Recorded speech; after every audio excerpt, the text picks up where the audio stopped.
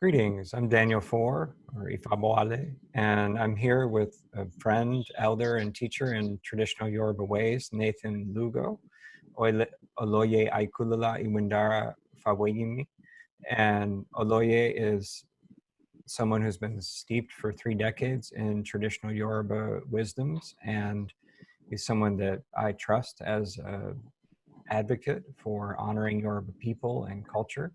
He's fluent in English, Spanish, Portuguese, and Yoruba, and has spent extensive time in Yoruba land and the Benin Republic. And I'm happy to have him here today to share about a specific Yoruba deity, Obaluaye, as this deity also relates to our time of global pandemic here in April 2020.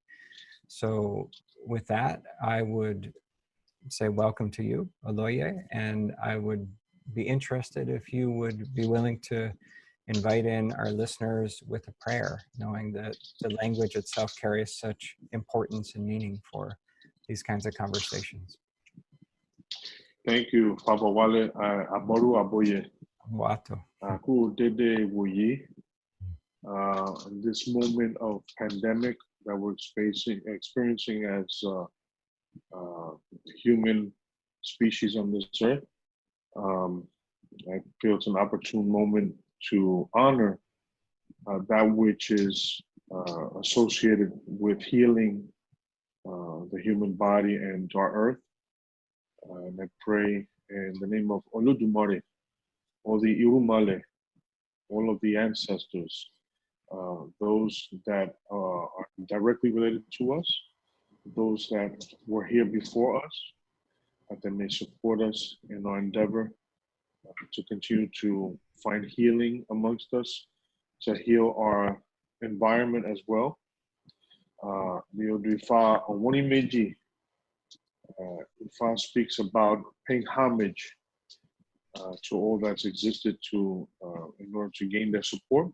We say, Idagiri ona nirejo leyin adifa fesin abu fagbo nijo ti won sawo lole ona kanesu atesin atagbo awo ile ona kanesu lo difa fun onila kanesu nijo ti ori ba ile baba ri se mo je iba baba iba yeye iba oluwo iba ojugbona iba pampa sigidi aroso momero parakun obarisa ayafun tawo dase ni koro mo saigba. So we pay homage to Iyameo Soronga, Awontolaye, the owners of this world.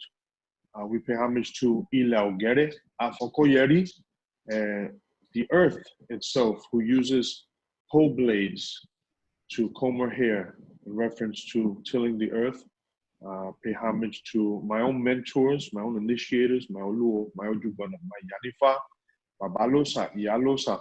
I pay homage to your elders as well, to your mentors, your initiators, both men and women, to those that gave birth to us. And I pay homage lastly to Obaluaye, Babagba, Babaoye, Omolu, that he may look upon us with good eyes, that as he fights with disease, as well as heals, that he may favor us and not allow plague to manifest in our households.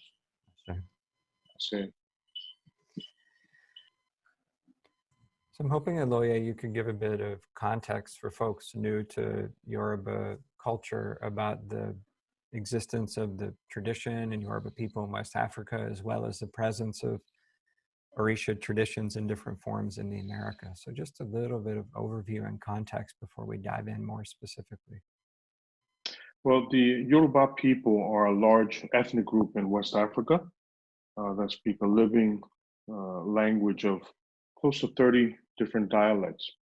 And the culture, at least the religious aspect of it, and other aspects of it as well, that are, let's say, musical, dance-wise, spread in the first wave during the transatlantic slave trade, which is the first wave of what we consider the Yoruba diaspora, as well as other African groups.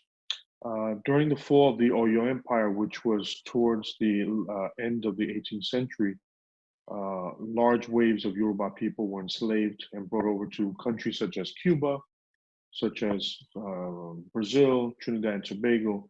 Brazil actually has more recorded numbers of Yoruba descendants in that country. And so when Yoruba people came, they weren't able to bring much of their physical culture with them, obviously, just their bodies, their spirit, their mind, and their tenacity.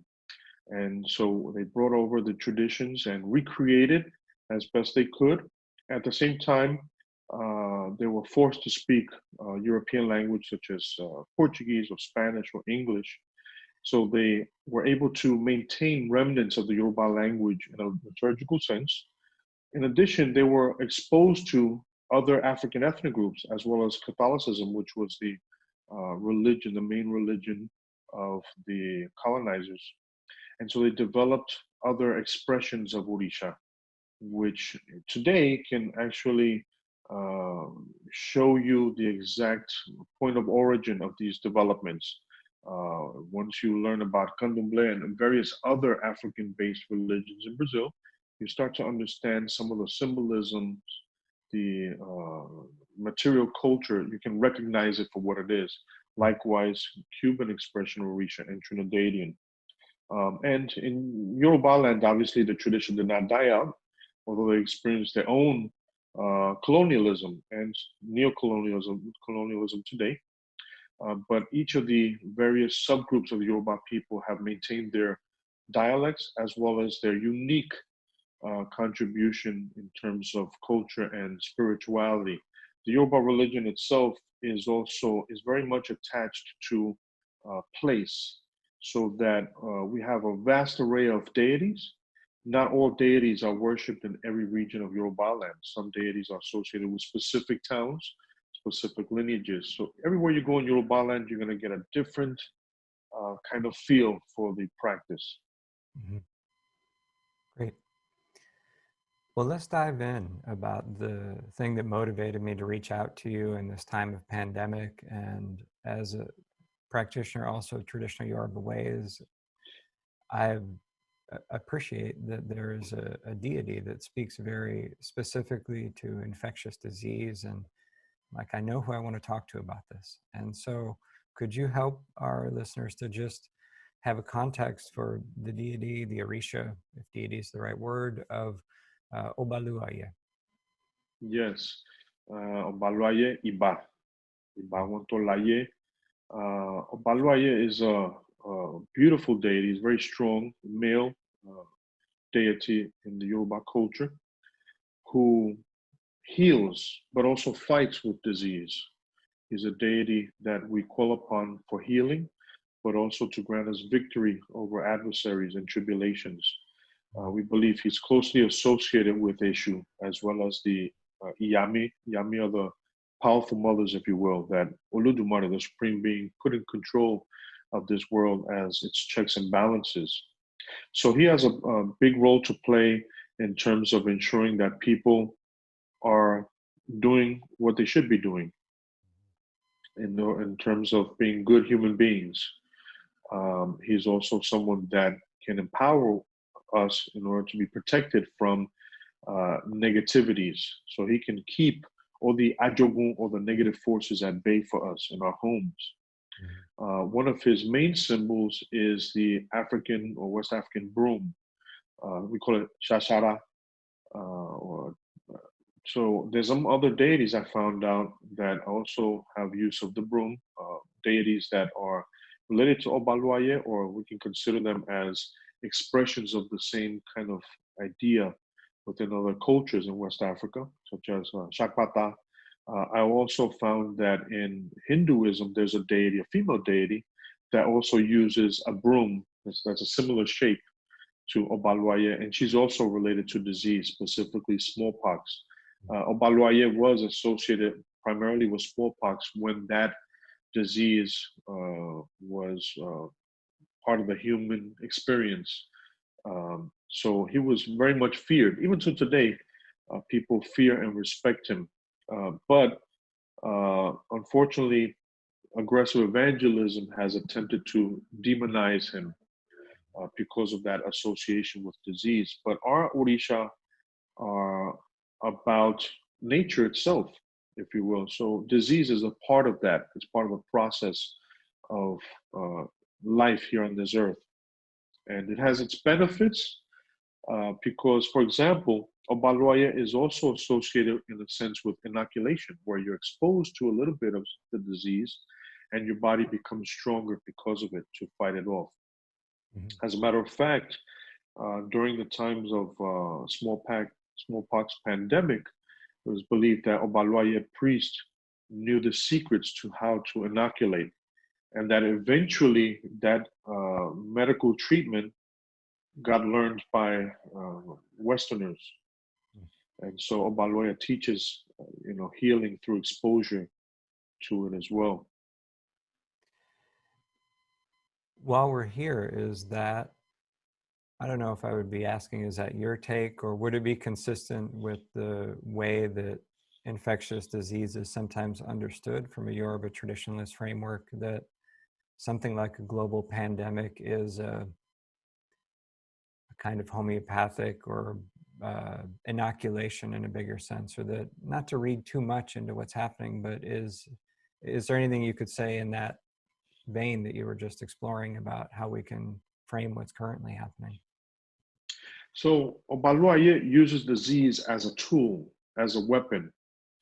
And it won't be surprising to some people that are exposed to Yoruba culture that there is the belief that Obaluaye is also affecting maybe Yoruba land in a sense, because of some of the kings that are not keeping up with their responsibilities in terms of the natural forces and the indigenous spiritual tradition and culture.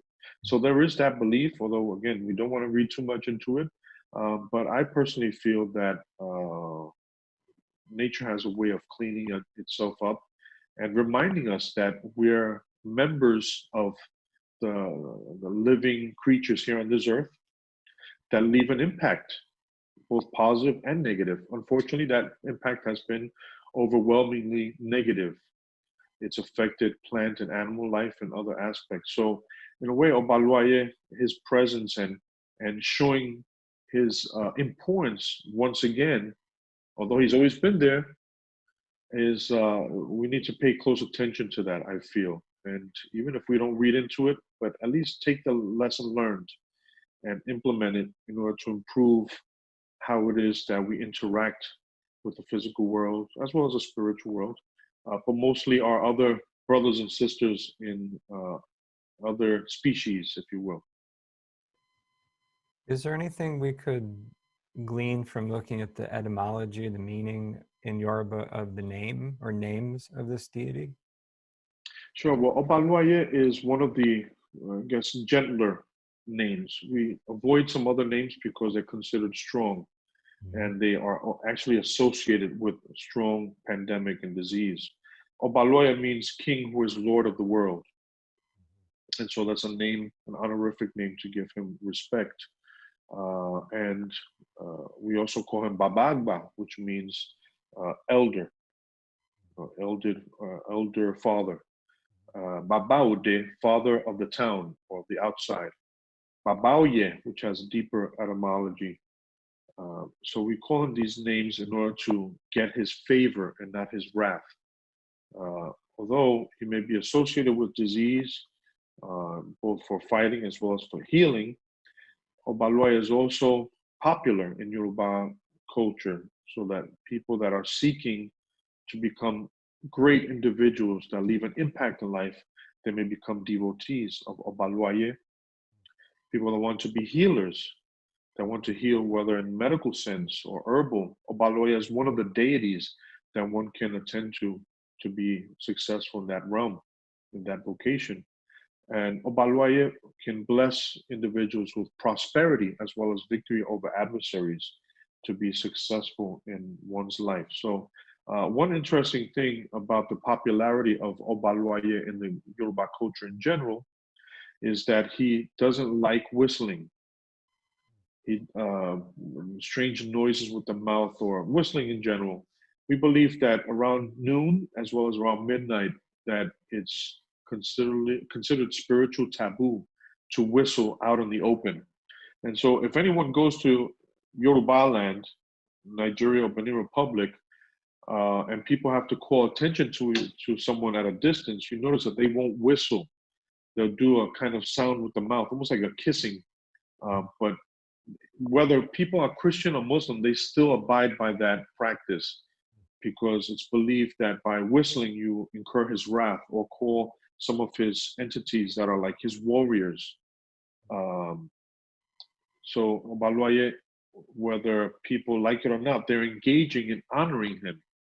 And this is also important for anyone that wants to become an individual that's honored, that leaves an impact, that is not just overlooked. Obaluaye is one of the deities to get close to. Great. Could you share a bit about the powers associated, the other deities, the other spirits or forces or Orisha associated with this deity? And in asking that, I'm also suggesting that we become known through our relationships, and that's certainly seemed to be the case in Yoruba ways. That you named it earlier a bit as well, but if we know the context in which the powers are operating, then we know more about them. We know how they're situated. And I know some associations in Yoruba land may differ from those in the diaspora. And if you could say a little bit about those similarities or differences as well. That's correct. The relationships that other deities have with one another may shift. Although once a person learns about the deities and continues to learn, you may see overlap quite a bit, but the ways in which there's reorganization depending on the town, I reflect upon Hinduism again because of the number of deities and the local nature of the practice of Orisha in Yoruba land. One deity that's considered very close to Obaluaye and is considered sort of his, say, spiritual junior brother would be Shango.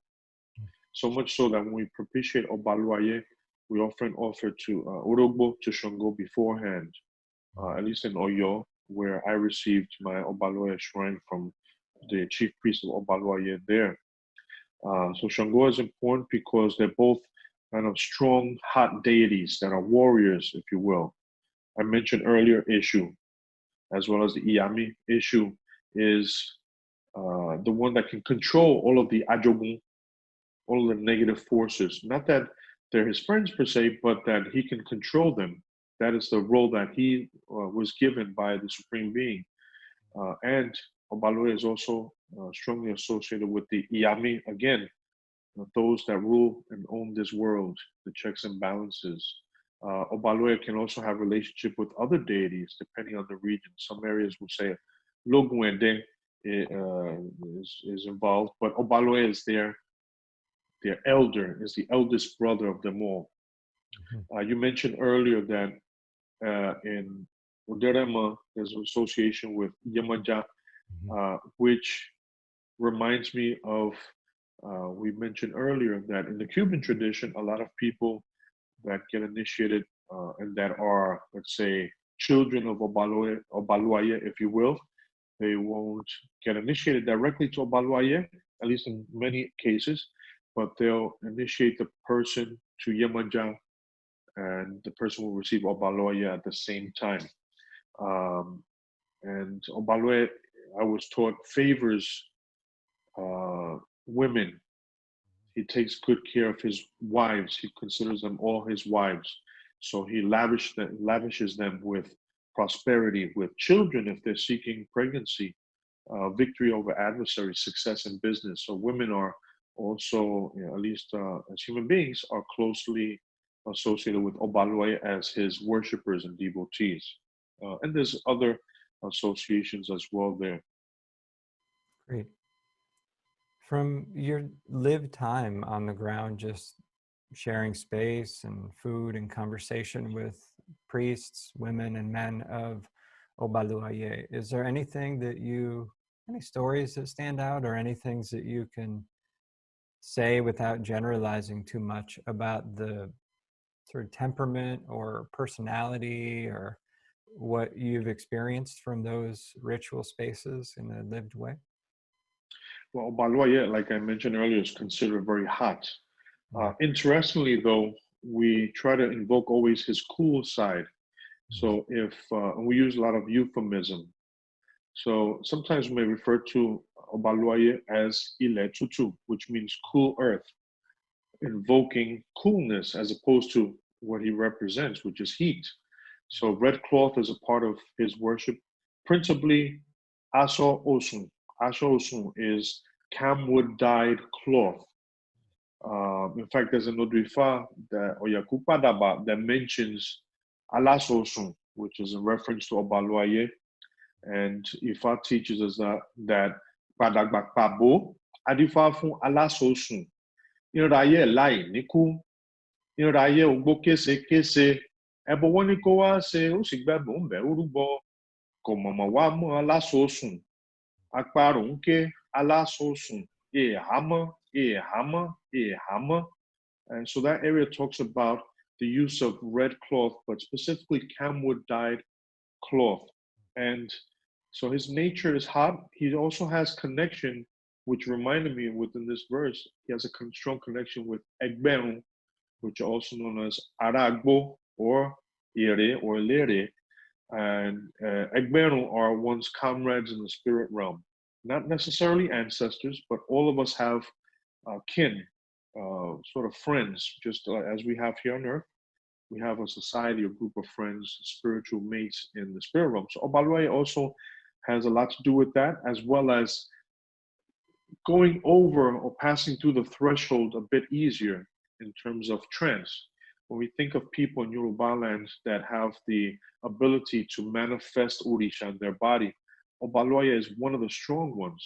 As a matter of fact, almost everywhere you go in Yoruba land, Obaluaye can manifest in people's bodies, regardless of the deity that they may worship. Some of that can also be seen, is reflected in diasporic practices. So we see that memory of the importance of Obaluaye and his connection to the spirit realm. So Obaluaye is a healer. Here I mentioned some of the icons. The broom is a principal one. We call it shashara. He also uses esi and oko, which are spears and lances, again for fighting. He also uses a club for defense work. Yeah. So his strong area is defense, is protection as well, victory over adversaries. But I think maybe. So I've seen many people go into trance with Obaluaye throughout Yoruba land, even in Oshogbo. Again, same information I've learned that Obaluaye can basically manifest anyone that he wishes. So oftentimes the drumming associated with Obaluaye, when it starts playing, sometimes the drummers will be told to tone it down a bit because they know that people will start falling into trance, and it can be quite strong. People can hurt themselves. So we're very much aware of that. And personally, I have an anecdote. I remember when I received Obaluaye, and immediately after, I got a fever. So it was a sort of a confirmation to me personally that I was receiving a deity that was strong, and he's nothing to play with. But through his poetry, we know he does a great deal of good. As strong as he is, he's also a nurturer of his devotees, of his children. So that's some of the things I can remember off the top of my head. Great. In a more technical vein, I suppose, for folks who are initiates or more in-depth students of the traditions, I know that you're an experienced both Ifa and Arundel Lagoon or 16 Cowrie diviner. Would it be possible to name some from your lineage, at least, of the Odu Ifa or the 16 Cowrie Odu, if that's what you call them, where this deity speaks more prominently? So Oyakupadaba is one. Another one, Okarandiu, if I'm not mistaken, which is Okaranudi. In Eridilogun, and those are Ifa or Ifa. In Eridilogun, I know of Obaluaye in Ejilasebora, which is one of the main Odus associated with Shango. Although it comes up in others as well, especially some of the Agba. The Agba are the ones that we don't typically recite from. And when they come, they may have an ominous message, which we have to placate. So Obaluaye is associated with some of those Odu there. Great.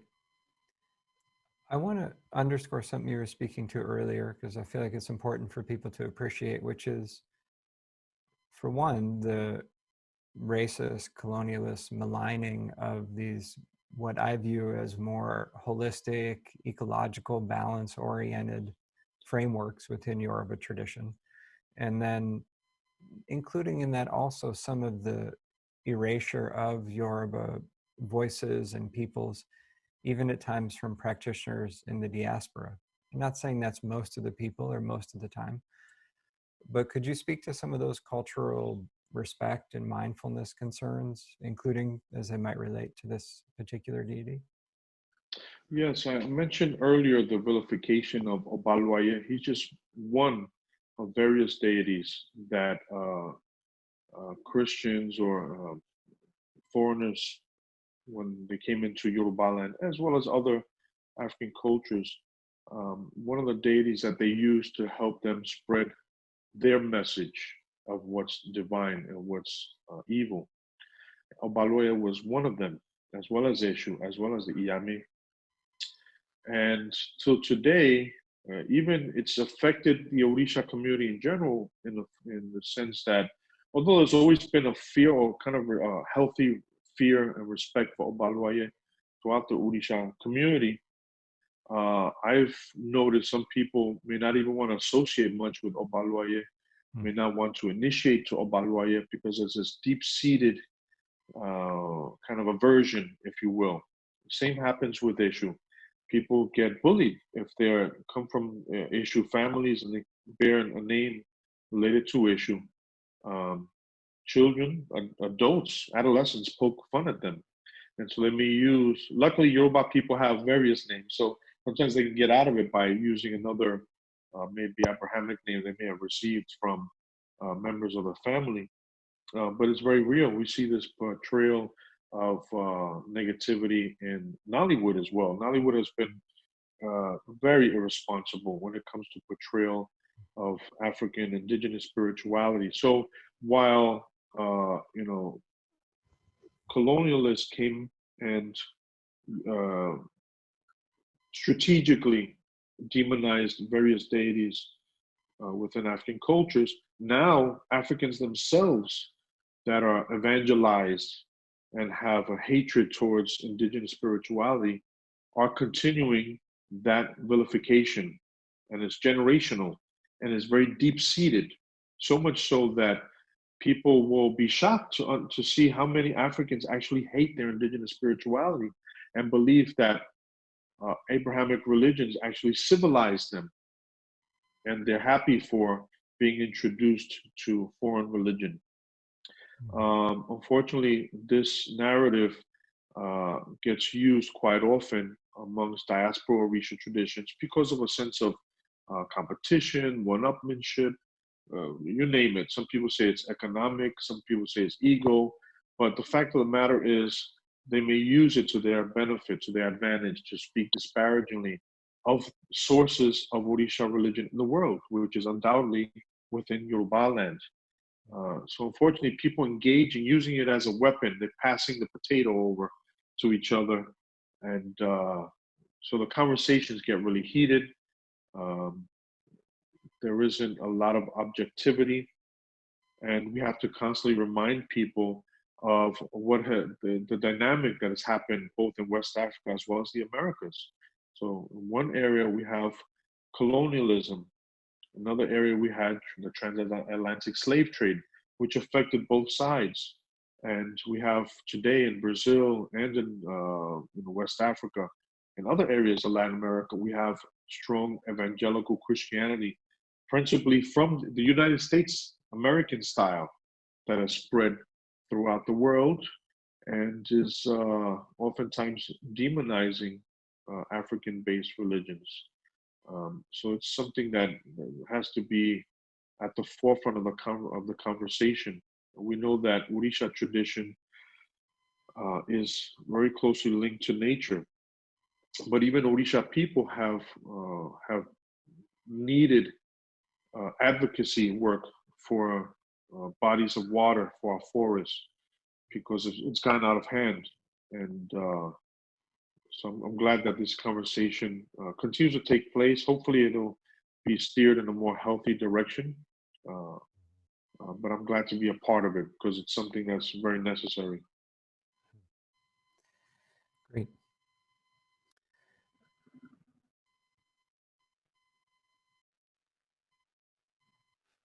We can edit out the long, awkward pause. I forgot my question, but No it'll worries. come back. Sorry,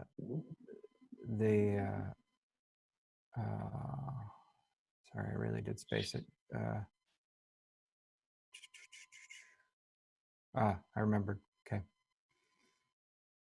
One thing I've learned, especially from you and also from my limited time, the 4 trips I've made to Yoruba land, is that coming from a sort of Western and at times unconsciously colonialist mindset that we're just kind of steeped in a lot of times in North America, at least, there can be a tendency to view the traditions in a way that's like, oh, Oshun equals this, Shango equals this. And if you want this, you go to this deity. If you want that, you go to that deity. And in contrast to that, you've helped me to see in others that each of the priesthoods is, in a way, it's a well-balanced kind of situation, that the initiates or the tenders of those mysteries might appeal to Obaluaye not only for physical healing, but also children, or as you were saying, prosperity. And I wonder if you could say a little in your own words, underscore that the deities aren't just one thing, that it's not a system where this deity equals that, this one equals that, etc. Yeah, so each deity is supposed to give you all that you need. Of course, occasionally through divination and even personal destiny, you may have contact with other deities from time to time that provide some very specific blessings. But each Orisha, each Iruma is supposed to provide its devotees with all of its needs: longevity, principally, prosperity, children, good relationship, healing, victory over adversaries, success, all the good things of life that one can imagine. The deities, however, they may be patrons of specific parts of human consciousness, if you will, parts of nature, maybe bodies of water, mountains, etc. But it doesn't take away from the fact that they're supposed to be able to provide you with everything. So if a person is a devotee of a specific Orisha, all their needs are met with that deity. From time to time, through divination, they may need to propitiate, let's say Yemaja, for example, or Oshun, because they need the use of a water deity for some other very specific blessings. Each of the deities also, while they're independent, they all work together. And we know this to be a fact within our belief system, because when the world was settled, the deities came as a group. They didn't go individually. They all had a role to play. They collaborated to make this world inhabitable. So we know that while there's sometimes some rifts between different priesthoods, it's normal. We know that human beings, families, no one gets along entirely. But there's no way that we can say that each deity is its own separate religion. We can say it's its own separate um, branch or religious manifestation within the culture, but completely separate. They all work together. It's teamwork involved. That's the way I've learned through my elders throughout Yoruba land. And all the elders have mentioned the relationships that deities have with one another. Of course, that may be increased or decreased depending on the priesthood. I'll give an example.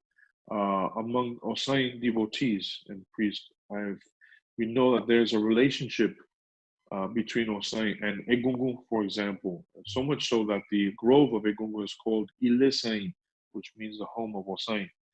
But one time I mentioned this, and the Osain people said, "No, Osain, he's on his own." of course, they're bigging up their own deity, which makes sense. People that are devotees of a deity, for them, that is their connection to the divine, to the supreme being, if you will. So we have to take that into consideration. Um, but in general, all the deities work together in one form or another. Beautiful. Yeah. It leads me to my next question, which is about how the mystery of Egungun, or the ancestors, especially of blood, let's say, intersect the different mysteries that the priesthoods carry. And I guess the question would be, if someone is a devotee of Obaluaye, or let's say in your case, very steeped in the mysteries of Obatala, is that deity also include the ancestral priests of that deity? Is the overall awo, or mystery of that deity, include in some way those specific ancestors who have helped to articulate and bring out that wisdom over time? That's correct. As a matter of fact, so the term Egungun is one of the institutions that deals with the ancestors. Not the only one. We also have Oro. And Egungun can be translated as masquerade in a sense. Some of these words or terms, the terminology may be the same, but may change meaning depending upon its context. So the term Egungun is masquerade, specifically in this sense for the ancestors, the collective ancestors. And a number of Orisha priesthoods may even have their own masquerade. Think of it as a totem.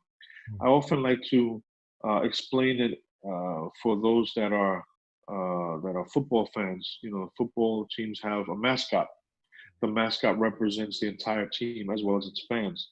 So that is what Egungun represents. The masquerade will not have a specific ancestral name. For example, you know, William, George, Rebecca, nothing to that extent. They'll have a name that is more metaphoric, symbolic, and it represents the collective ancestry.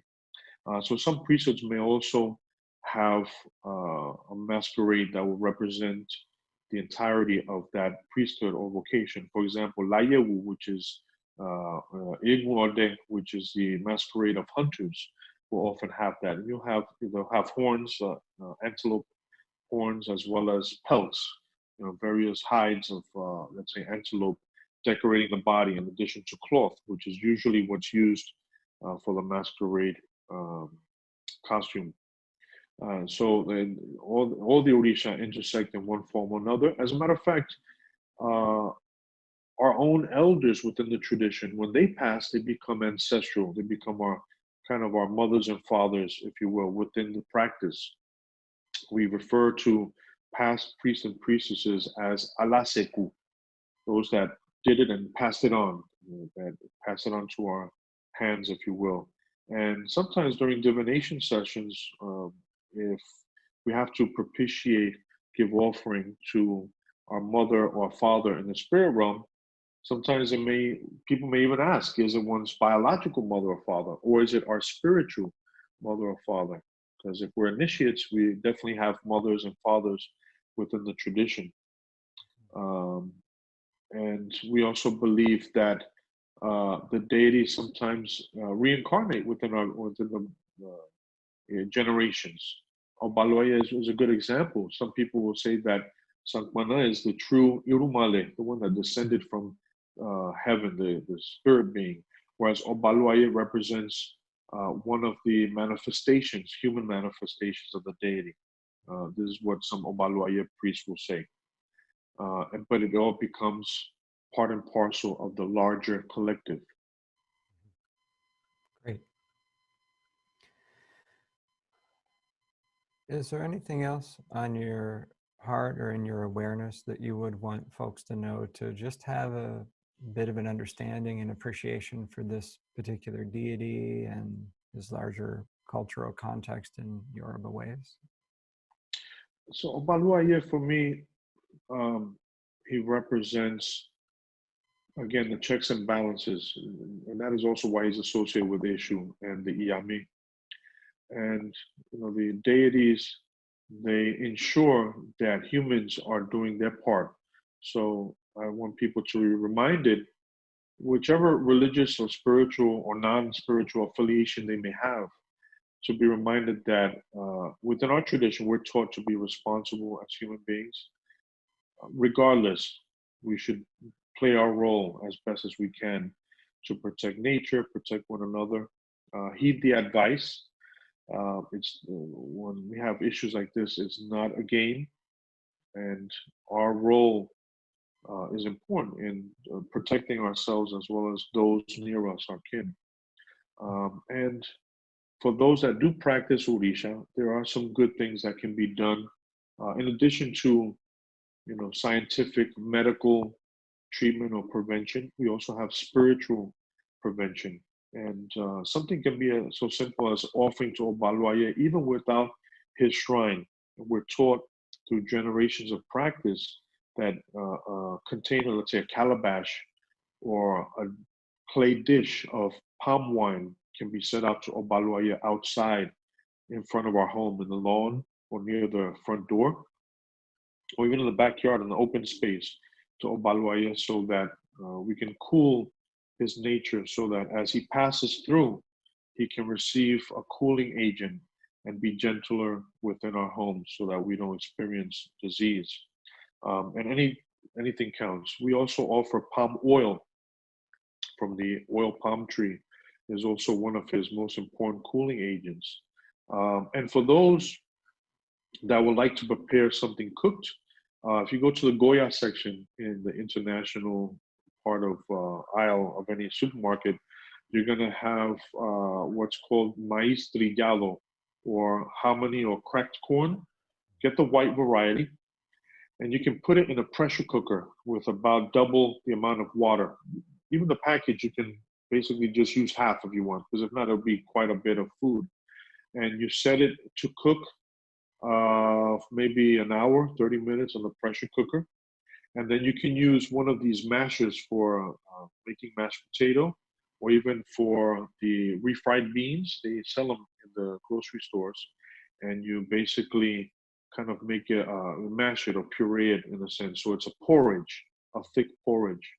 And we can set that out once it's cool in a calabash or clay dish for Obaluaye as well. It's one of his favorite foods, and also a food that he shares with Yamaja, as well as Egbe and some other deities. So these are some things that are good tidbits for Orisha devotees. Following a traditional Yoruba sensibility, it's about it. Even if someone is not an initiate or they don't have a shrine for Obaluaye, if they are working within the tradition in some context and they come with humility, it's okay to make basic offerings of appeasement in the way that you've described? Correct. So this is known as Ikwese. It's a provision, something provide the deity. There wouldn't be any need for casting of coconut, but a simple, honest, and humble, genuine prayer to Obaluaye and the forces of the world can be made by an individual devotee, and they can set it out in front of their home. Obaluaye is a deity that's so respected that even some other guidelines, protocols, or taboos may be overlooked temporarily in order to prevent plague. So the use of palm wine is usually taboo for Obatala devotees, but in times like this, a person can rub their bodies with palm wine, have palm wine in the house. Some people may even overlook a drinking of palm wine as a taboo and consume it just to prevent or treat someone that may be already experiencing symptoms of disease. So that's how much Obaluaye is feared and respected within this tradition. Yeah, a simple offering like that doesn't require much expertise and priestly training. So those are one of the areas in which people are given freedom to appease that deity. Great. Is there anything, Oloye, you'd like to share with our listeners about your services and offerings in the world and ways they can be in touch with you?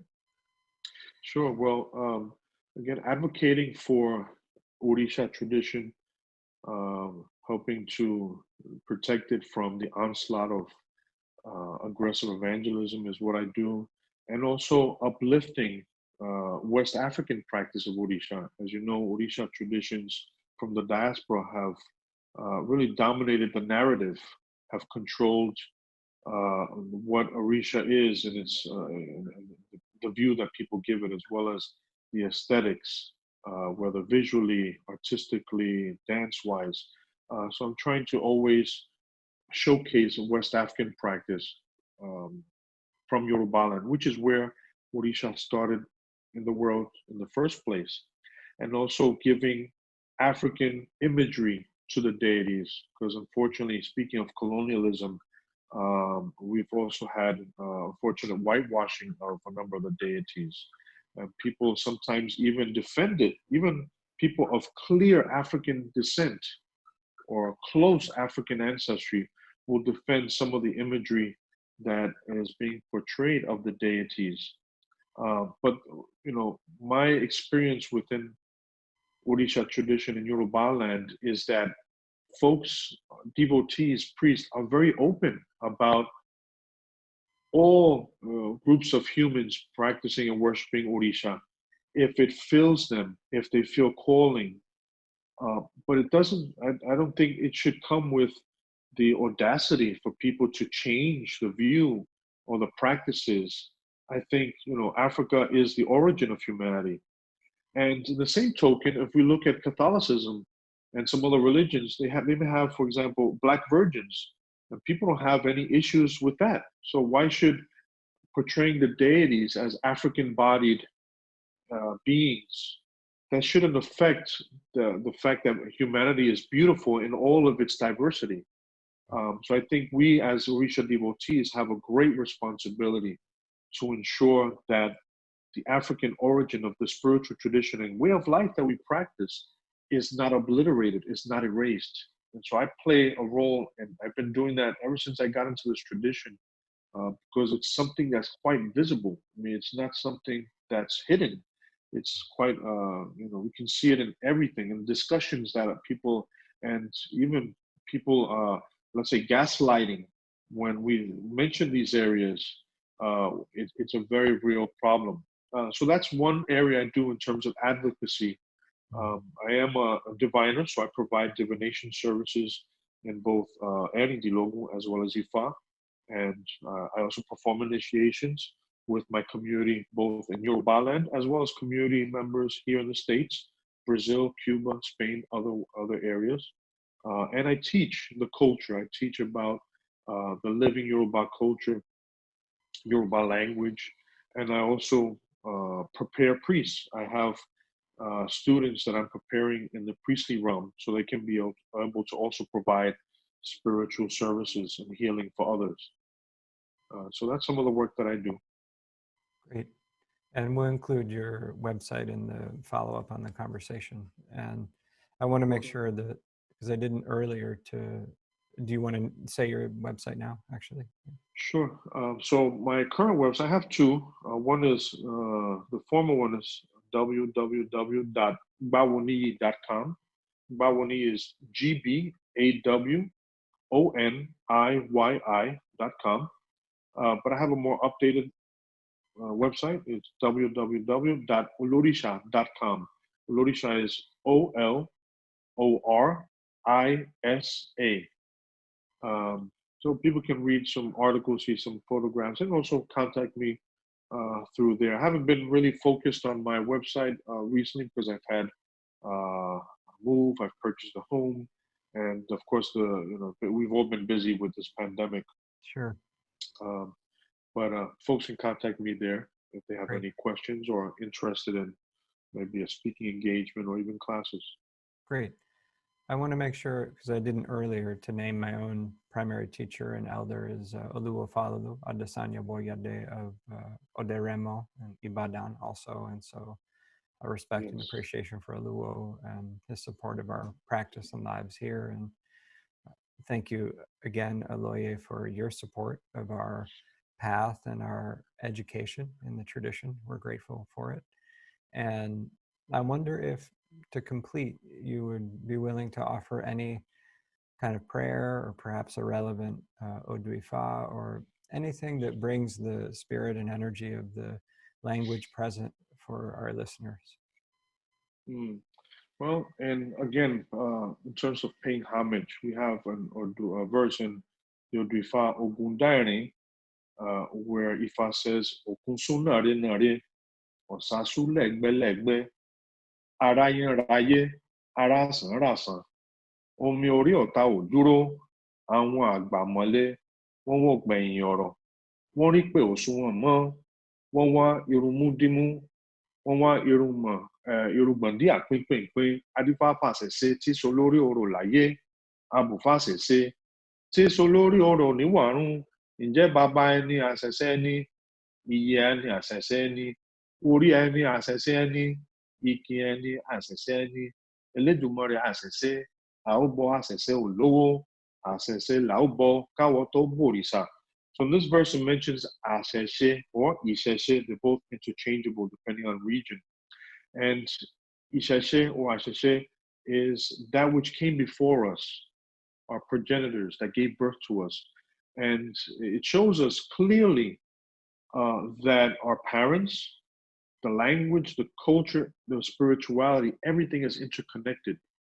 And we must honor it because it provides us with understanding, with tools of growth.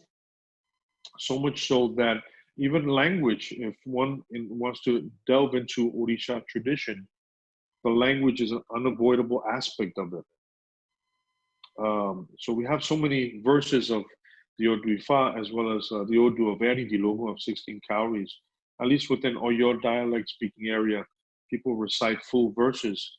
And so the language plays a key. One thing that is that I feel is going to come to a head is that we have Orisha devotees throughout the world globally, basically almost every continent nowadays. And folks, at least the diaspora versions or manifestations of Orisha may be strong in one language or the other, let's say Portuguese or Spanish or even English. The thread that, kind of connects us all is the liturgy, which is Yoruba language. And I feel that the deeper people go, the more connected we are, the more we're going to have to engage the language. And we can actually have it as maybe at times in the future among some devotees or leaders, we can have Yoruba language as the language of engagement. I see that as a vision, as a dream, maybe far-fetched, but it's possible. I've been able to learn the language and I continue to grow in it. It's very deep. And I see others, luckily, now engage in the language in a deeper sense. So, yeah, I'm hopeful that that may come into realization. Beautiful. Thank you. Thank you for your time and for your years of training and your generosity, Oloye. My pleasure. Mm-hmm. And thank you for your friendship. I also thank Babalao Falolu, who's an excellent mentor, a great friend, a person that we look up to as someone of principle and of understanding. And one thing is, I'm so grateful to be practicing this tradition. And the years of exposure in Yoruba land have made me be blessed with meeting so many wonderful men and women that are generous and sharing this tradition out of a place of love. And my hope is that we continue to carry on that legacy with future generations, wherever we may be. Thank you.